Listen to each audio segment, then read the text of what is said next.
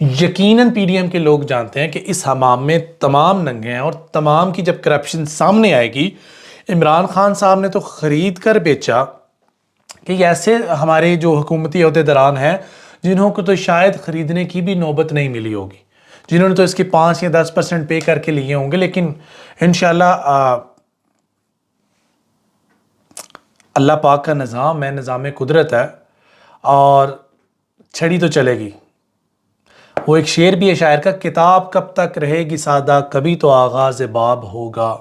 کہ جنہوں نے بستی اجاڑ ڈالی کبھی تو ان کا حساب ہوگا، اور انشاءاللہ ہم دیکھیں گے، ہم اس چیز کو اپنی ان گناہگار آنکھوں سے دیکھیں گے کہ احتساب ہوگا، آج نہیں تو کل سے ہی، کل نہیں تو پرسوں سے، لیکن اب عوام جب سے جاگ چکے ہیں، پی ڈی ایم کے لیے بچنا بہت مشکل ہو چکا ہے۔ باقی پاکستان کی جو متحدہ قومی موومنٹ ایم کیو ایم کے نام سے متحدہ قومی موومنٹ، ایم کیو ایم کی جو پارٹی ہے، اس کے کچھ ونگز تھے۔ اب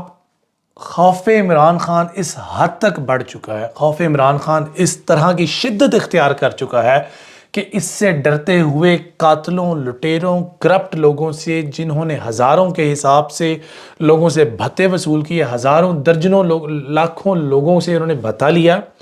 ہزاروں لوگ اس بیماری کا، اس عذاب کا، اس لعنت کا حصہ بنے ہیں، اور سینکڑوں لوگوں نے اپنی جان کی بازی ہار دی۔ ایم کیو ایم لنڈن کا تعلق آپ لوگوں میں سے بیشتر لوگ جانتے ہوں گے کہ ایم کیو ایم لنڈن ماضی میں کیا کرتی رہی ہے، ایم کیو ایم لنڈن کس طرح کے معاملات ڈیل کرتی رہی ہے، اور ایم کیو ایم لنڈن کیا کچھ فیصلے کر چکی ہے،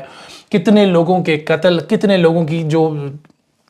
کتنے ایس ایچ اوز جنہوں نے مروائے ہیں، کتنے پولیس آفیسرز جنہوں نے مروائے ہیں، اور کیا کچھ یہ پارٹی نہیں کر چکی۔ آج وہ پارٹی صرف عمران خان اقتدار میں نہ آ جائے، اس سے ہاتھ ملانے کو لوگ تیار ہیں، ان چہروں کو لوگ بٹھانے کو تیار ہیں۔ دیکھیں، میں نے آپ سے 2 ماہ پہلے ایک بات کی تھی کہ الطاف حسین کو منانے کی کوشش کی جا رہی ہے، اور الطاف حسین سے بات کی جا رہی ہے کہ آپ تمام پارٹی کی سربراہی کریں، اور الطاف حسین کیونکہ پیٹ کے ذرا ہلکے ہیں اور ان سے نہیں رہا گیا، انہوں نے اپنا بیان جڑ دیا، جہاں پہ توبہ توبہ، معافی معافی کے ڈرامے چل رہے ہیں، تو میری توبہ میاں جی مجھے معاف کیجئے گا، میرے لیے بھی توبہ کا دروازہ کھول دیجئے گا، اور مجھے بھی این آر او دے دیجئے گا۔ وہ گانا گاتے آپ کو سنائی تو دیے ہوں گے نا، تو آپ دیکھ لیں، میں نے آپ کو 2 ماہ پہلے اوائڈ کیا تھا، آپ کو بتایا تھا، آپ کو آگاہ کیا تھا، آپ کے گوش گزار ایک بات کی تھی، آپ سے ایک التجا کی تھی کہ اس ملک پاکستان کے اندر این آر او کی بدترین مثال یہ ہونے جا رہی کہ الطاف حسین جیسے کرپٹ ترین لوگوں کو بھی این آر او ملنے کے چانسز ہیں، اور اب مجھے وہ ہوتے ہوئے دکھائی دے رہے ہیں۔ اب سوال یہ ہے کہ اس ملک پاکستان کو کس حد تک ہم رسوا کریں گے، اس قوم کو ہم کس حد تک ذلیل و رسوا کریں گے، اور اس ماں کو جس ملک میں ہم رہتے ہیں، اور یہ ملک ماں سمان ہے، ماں جیسا ہے، اور اس کے ساتھ ہم کیا سلوک کر رہے ہیں،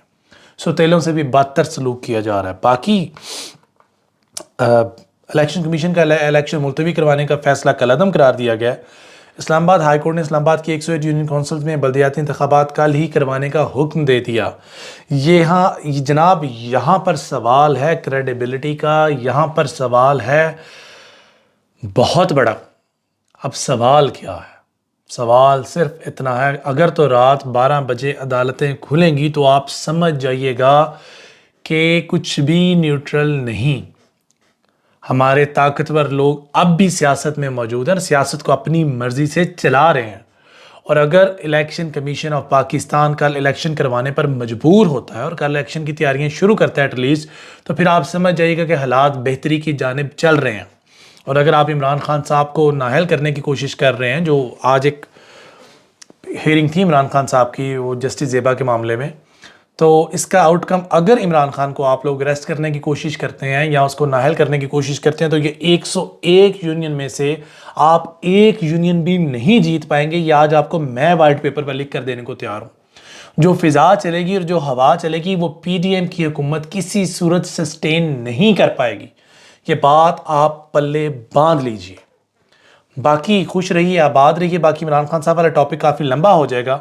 وہ انشاءاللہ آپ کو صبح کی ویڈیو میں آپ کے گوش گزار کرتا چلا جاؤں گا، آپ کے ساتھ شیئر کرتا چلا جاؤں گا، اور جو اس کی ڈیولپمنٹس ہیں اور جو پری میچور باتیں ہیں، جو پری میچور جو میرے تک خبریں آ رہی ہیں، اور اس کے میں میچور ہونے کا ویٹ کر رہا ہوں، تو انشاءاللہ میں امید کرتا ہوں صبح کے ویلاگ میں وہ بھی کلیئر ہو جائے گا، اور وہ میں آپ کے ساتھ ڈسکس کر دوں گا۔ ابھی کے لیے آپ مجھے اجازت دیں، فی امان اللہ، خوش رہیں، آباد رہیں، اور جس شخص نے اس ملک پاکستان کا